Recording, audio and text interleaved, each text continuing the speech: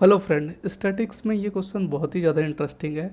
जिसमें जो हमें पूछा गया है कि एक प्लांट है जिसमें तीन जो है अलग अलग प्लांट में वो एक्सपेरिमेंट करना चाहता है। एक उपज का उपज मान लो, गेहूँ ले लो, कुछ भी ले लो, ठीक है ना। उपज है तो उसकी एक्सपेरिमेंट करना चाहता है जिसमें कैटलाइज्ड है। इसमें कैटलाइज्ड का मतलब होता है फ्रेंड कि जिसका without being involved and rate of reaction of high, मतलब बिना चीज़ की इन्वॉल्वमेंट के साथ किसी भी चीज़ की रेट ऑफ इंट्रक्शन जो है वो बढ़ा देना। सपोज दैट ए और बी है, ठीक है ना, दो है ए और बी है, इन दोनों की लड़ने की संभावना है और एक्स जो है ए की बुराई कर देता है और एक्स जो है जाके बी की भी बुराई कर देता है। लेकिन कहीं पे एक्स तो इन्वॉल्व नहीं हो रहा ना, लेकिन दोनों की लड़ने की संभावना तो हो गई ना। तो कैटलाइज्ड है कि without being involve rate of reactions high, that means catalysed. अभी इतना समझ लेते हैं, अभी ज़्यादा डीप में नहीं जाते, ठीक है। तो यहाँ पे नंबर ऑफ टर्न्स हमें दे रखे हैं जो डिफरेंट डिफरेंट हमें प्लांट पे वो है जो हमें टेस्ट करनी है, ठीक है ना।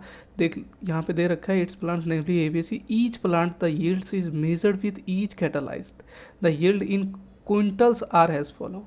अब यहाँ पे थोड़ा सा दिमाग लगाने की ज़रूरत है कि अगर मैं तीन प्लांट हैं और तीन प्लांट में मैं अलग अलग चेक करता हूँ, ठीक है ना, तो यहाँ पे है क्या वो सिग्निफिकेंट होगा? ये तो अपने आप में नॉट सिग्निफिकेंट हो गया। ये तो पता चल गया हमें। कैसे चल गया कि तीन प्लांट है, तीन प्लांट में अलग अलग करेंगे तो परफॉर्मा एन एनोवा, यहाँ पे तो लिखा हुआ है एनोवा बनाना है, and comment whether the yield due to particular catalyse is significance और not 5% level significance given F3 6 की मेरे को वैल्यू दे रखी है 4.76, ठीक है। तो देखते हैं कि हम इसे कैसे सॉल्व कर सकते हैं, ठीक है। इसके सॉल्व करने का अलग अलग है, लेकिन यहाँ पे मैंने ऑलरेडी इसे बना लिया है। यहाँ पे मैंने प्लांट और कैटलिस्ट लिया है जो मैंने टेबल बना दिया, इसका बस टोटल लिया है और यहाँ टोटल लिया है। अब ये जो वैल्यू आई है फ्रेंड, ये कैसे आई है? अब मैंने जैसे यहाँ पे लिया है एज्यूम 1, ठीक है। तो आप यहाँ पे एज्यूम कुछ भी ले सकते हैं, 2 भी 3 भी, लेकिन एक चीज़ क्रॉस चेक करने का है। जिस तरह 1 से 2 में से -1 गया तो 1 बचेगा, 1 में से 1 गया तो 0 बचेगा, 1 में से 1 गया तो 0 बचेगा, 2 में से 1 गया तो 1 बचेगा, ठीक है ना, सॉरी, ठीक है। और 4 में से 1 गया तो 3 बचेगा। तो उसी तरह ये सारी टेबल मैंने बनाई है, ठीक है। यहाँ तक क्लियर है आपको? अब इसमें क्रॉस चेक करने का क्या है कि जब इसका टोटल करेंगे और इसका टोटल करेंगे तो ये जो है वो बराबर आना चाहिए आपका रो का और कॉलम का। 3 3 6 3 9 और 9 5 14 और 5 5 10 4 14, ये टोटल आना आपका ज़रूरी है। एज्यूम आप कुछ भी कर सकते हैं, मैंने बताया। पहला स्टेप क्लियर है। इसमें करेंगे क्या, हम ग्रांड टोटल टी करेंगे, जो टी हमारा 14 आ गया।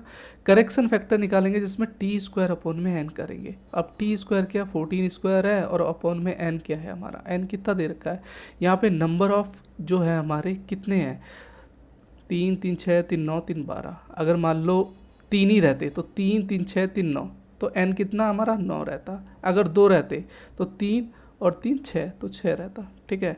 टी स्क्वायर 14 निकल गया, जो यहाँ पे वैल्यू आई है वो 14 स्क्वायर हो गया।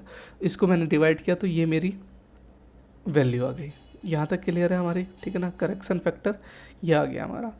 स्टेप 2 में हम कैलकुलेशन ऑफ एसएससी निकालेंगे जिसका होता है sum of square between the columns, ठीक है। अब एसएससी निकालने पे हमें करना क्या होता है कि जितना भी हमें यहाँ पे दे रखा है फर्स्ट में, जिस तरह 1 स्क्वायर है, 2 का 2 स्क्वायर है, ठीक है, 3 का 3 स्क्वायर है और 4 का 4 स्क्वायर है, ठीक है। अब इसमें जो है यहाँ पे आप देखेंगे 1 2 3 4, ठीक है। अगर मान लो यहाँ पे ए बी सी दिया रहता तो ए का स्क्वायर, बी का स्क्वायर, सी का स्क्वायर करते, और डी दिया रहता डी, अगर 2 रहते तो 2 का स्क्वायर कर देते। हाँ फ्रेंड, तो एसएससी में यहाँ पे मैंने 3 का स्क्वायर लिया है। तो यहाँ पे अगर आप देखेंगे कि 3 का स्क्वायर, 3 का स्क्वायर, 3 का स्क्वायर, 5 का स्क्वायर, तो ये सारे स्क्वायर आ गए, ठीक है। अब यहाँ पे divided by N, n2 n3 n4 कितने हैं, नंबर्स कितने हैं, 1 2 3, 1 2 3 1 2 3 1 2 3, सब में 3 3 या 3 3 कर दिया और माइनस करेक्शन फैक्टर कर दिया, तो हमारा एसएससी निकल के 1 आ गया यहाँ कैलकुलेशन। यहाँ तक स्टेप क्लियर है। अब मैं एसएसआर निकालूंगा। एसएसआर में हमें करना क्या है, ए स्क्वायर बी स्क्वायर सी स्क्वायर, ठीक है ना, एन अपॉन में एन बी और एन सी। अब मैंने कह रखा है यहाँ पे, ये जो हमें पूछा गया है प्लांट जो है ए बी सी, तो ए बी का हमने स्क्वायर निकाल लिया जिसमें एन ए मैंने मान लिया इसको, एन बी इसको मान लिया, एन सी इसको मान लिया, माइनस करेक्शन फैक्टर कर दिया, तो वही किया मैंने इसमें, ठीक है। अब यहाँ पे इसका देखेंगे कि इसका टोटल कितना है, यहाँ पे 5 स्क्वायर है तो 5 स्क्वायर 5 स्क्वायर 4 स्क्वायर, ठीक है। और नंबर ऑफ हमारे जो है यहाँ पे रो कितने हैं, नंबर ऑफ रो, तो 4 4 4 कर दिया। इन सब को सॉल्यूशन करेंगे फ्रेंड यहाँ पे, ठीक है ना। तो इन सब का सॉल्यूशन SSR 0.17 आएगा, ठीक है। आपका कुछ अप्रोक्स चेंज भी हो सकता है, तो एक बार खुद से करके देखिएगा।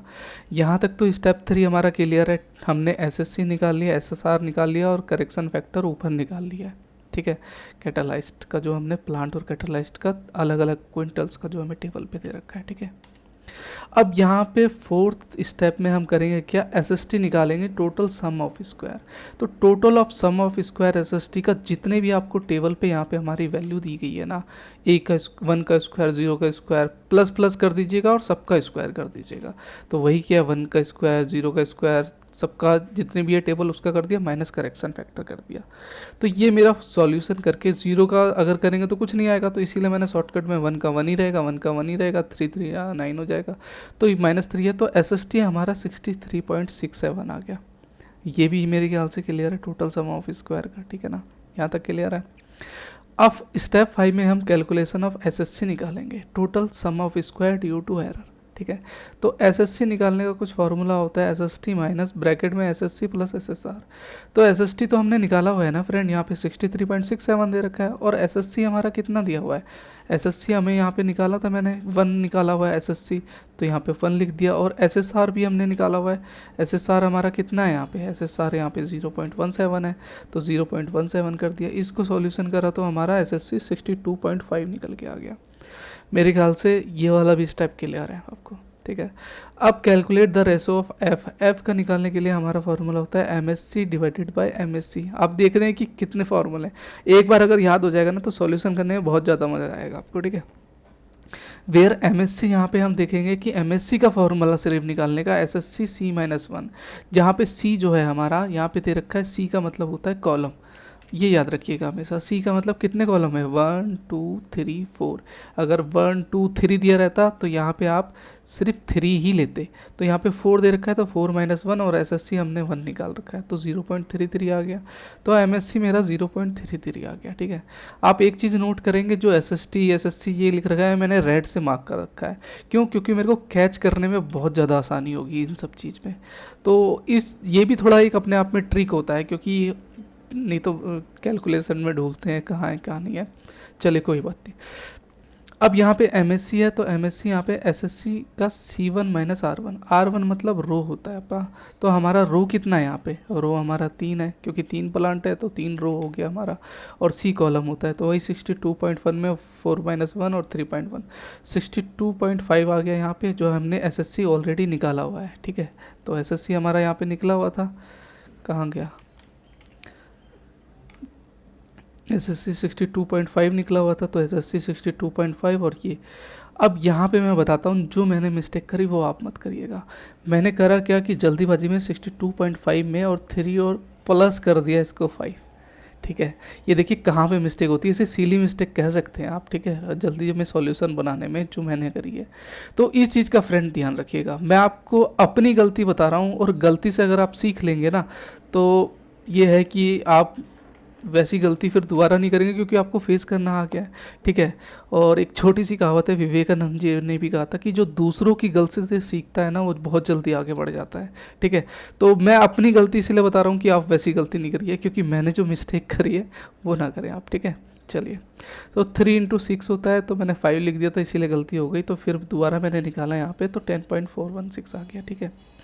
यहाँ पे निकालने के बाद फिर मैंने यहाँ पे M जो है यहाँ पे MSC अपॉन में MSC निकाला, ठीक है। इसका फॉर्मूला निकाल के मेरा F का वैल्यू 0.031 आ गया। आपका थोड़ा वेरी कर सकता है फ्रेंड, ठीक है। 6 स्टेप भी क्लियर हो गया, स्टेप बहुत ईजी है और बस सारा फॉर्मूला बेस्ड है, ठीक है। अब फिर इसके बाद MSR और MSC निकलता है, जहाँ पे MSR का फॉर्मूला होता है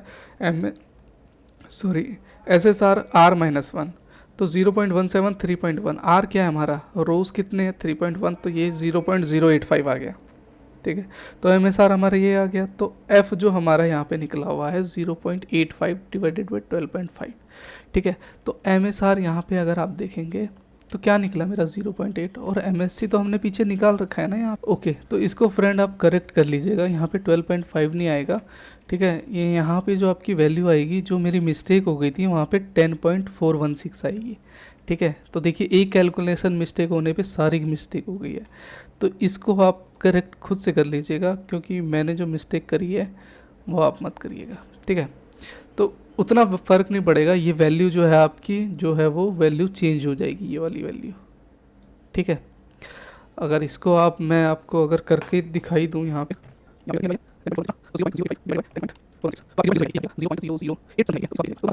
कोई नहीं। नेक्स्ट यहाँ पे टेबलेटेड वैल्यू देख लेते हैं, टेबलेटेड वैल्यू एफ और लेवल ऑफ सिग्निफिकेंस, जहाँ पे अल्फ़ा 5% लेवल पे हमें दे रखा है ऑलरेडी, क्वेश्चन में हमें गिवन है यहाँ पे, ठीक है, यहाँ पे दे रखा है हमें।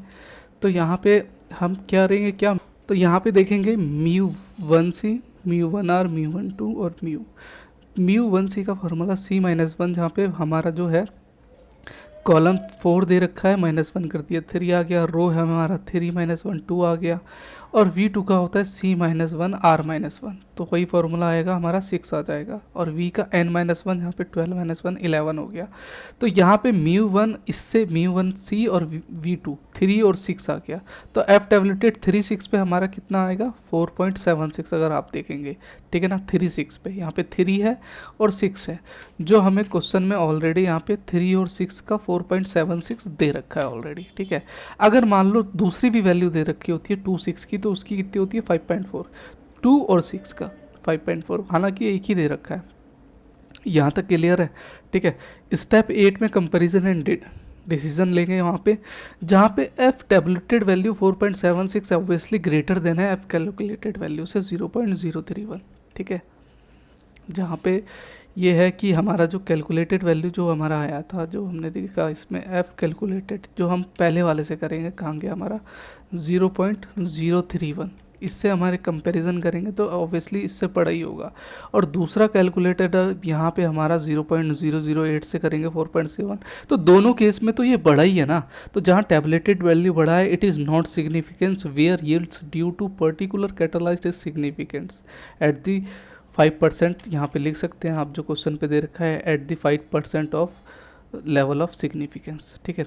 तो यही था आपका क्वेश्चन, देखिए ज़्यादा था नहीं, जहाँ पे टैबलेटेड वैल्यू बड़ा है ना, तो इसको आप जिस तरह अलग मेथड भी होता है नल हाइपोथेसिस, जिसे हम 0 से डिनोट करते हैं, और ऑल्टरनेटिव हाइपोथेसिस होता है जिसे 1 से डिनोट करते हैं, तो उसको वैसे भी कर सकते हैं।